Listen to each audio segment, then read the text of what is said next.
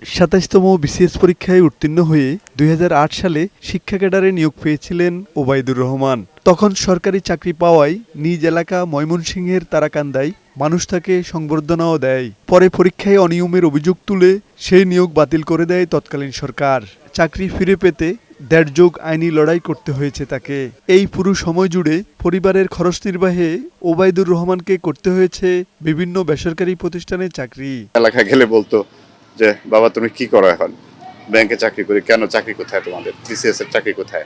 এলাকায় গেলে লজ্জা পেতাম, এই কারণে কম যেতাম। প্রায় 18 বছর পরে চাকরি ফেরত পেয়েছি। ১.৫ যুগ ধরে এমন নিয়োগ বঞ্চিত হওয়ার গল্প শুধু একজন ওবায়দুর রহমানের নয়। ২৭তম বিসিএসে তার মতো নিয়োগ বঞ্চিত হয়েছিলেন ১,১৩৭ জন।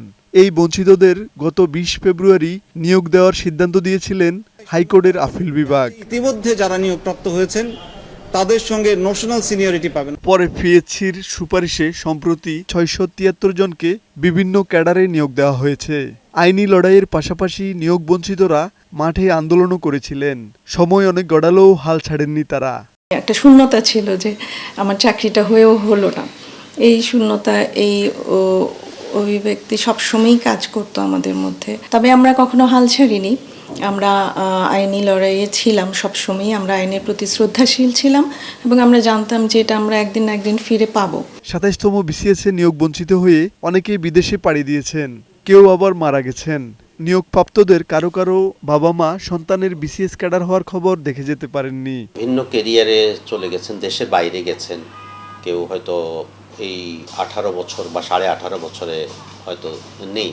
তাদের বাবা মা খুশির যে খবরটা আজকে অনেকেই দেখে যেতে পারলেন না।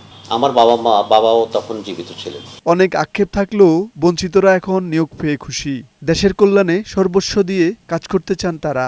দেশবাসীর কাছে এবং সবার কাছে দোয়া প্রত্যাশী যাতে মানুষের সেবায় কাজ করতে পারি। সাইফুল মাসুম, বৈশাখী সংবাদ, ঢাকা।